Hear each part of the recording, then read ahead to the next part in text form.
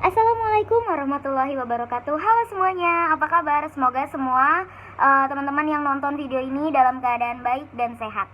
Sebelumnya, perkenalkan, nama saya Jihan Fadila dari Program Studi Pariwisata Fakultas Ekonomi dan Bisnis Universitas Nasional.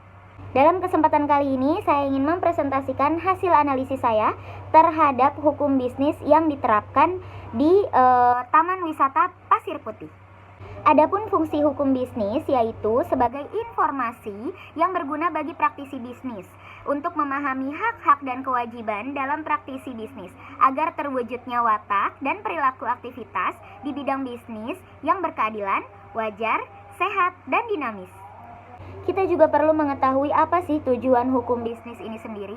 Tujuan hukum bisnis yang perlu kita ketahui ialah menjamin berfungsinya keamanan mekanisme pasar secara efisien dan lancar, melindungi berbagai suatu jenis usaha, khususnya jenis usaha kecil menengah atau UKM. Taman Wisata Pasir Putih beralamatkan di Jalan Raya Pasir Putih, Jalan Rawageni Raya, nomor 1 RT 1 RW 7 Pasir Putih, Kecamatan Sawangan, Kota Depok, Jawa Barat. Taman Wisata Pasir Putih ini sebuah destinasi rekreasi air yang digemari masyarakat setempat. Fasilitasnya yang lengkap membuat tempat ini tidak pernah sepi pengunjung. Beragam pilihan wahana bisa dimainkan di Taman Wisata Pasir Putih. Untuk bisa menikmati wahana tersebut, pengunjung akan dikenakan biaya tiket. Namun, tidak perlu khawatir, harga tiket Taman Wisata Pasir Putih ini bisa dikatakan masih cukup terjangkau. Harga tiket masuk untuk setiap hari Senin sampai Kamis, anak-anak dikenakan 20.000, sedangkan dewasa dikenakan 25.000. Untuk hari Sabtu sampai Minggu, untuk anak-anak dikenakan 25.000, dewasa dikenakan 30.000. Taman Wisata Pasir Putih ini buka setiap hari kecuali hari Jumat, mulai pagi hingga sore hari. Pengunjung bisa datang mulai pukul jam 9 pagi. Beragam aktivitas dan wahana bisa dimainkan di taman rekreasi ini. Berikut diantaranya: memiliki 3 kolam waterpark, arena seluncuran menjadi wahana yang paling diminati.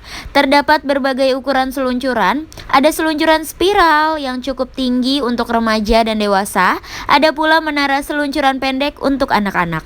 Selain seluncuran, tentunya ada wahana lain yang patut dijajal pengunjung. Misalnya ember tumpah dan air pancur. Pengunjung pun bisa menyewa balon dan ban pelampung agar permainan semakin meriah. Atau sekedar bermain air dengan keluarga pun tetap asyik untuk dimainkan. Bisnis yang berlaku di wisata Taman Pasir Putih saat ini adalah perlindungan hak konsumen. Banyaknya pelanggaran terhadap hak konsumen atas barang yang dimilikinya membuat konsumen masih sangat lemah dibandingkan dengan produsen. Sehingga perlu terdapat suatu pemberdayaan konsumen agar posisi konsumen tidak selalu pada pihak yang dirugikan, yaitu dengan diaturnya perlindungan konsumen. Perlindungan konsumen ini merupakan suatu bagian yang tidak bisa dipisahkan dari kegiatan bisnis yang sehat. Apabila suatu perlindungan konsumen tidak dapat terpenuhi dalam suatu bisnis, maka keseimbangan hukum antara produsen dengan konsumen juga tidak dapat terjadi.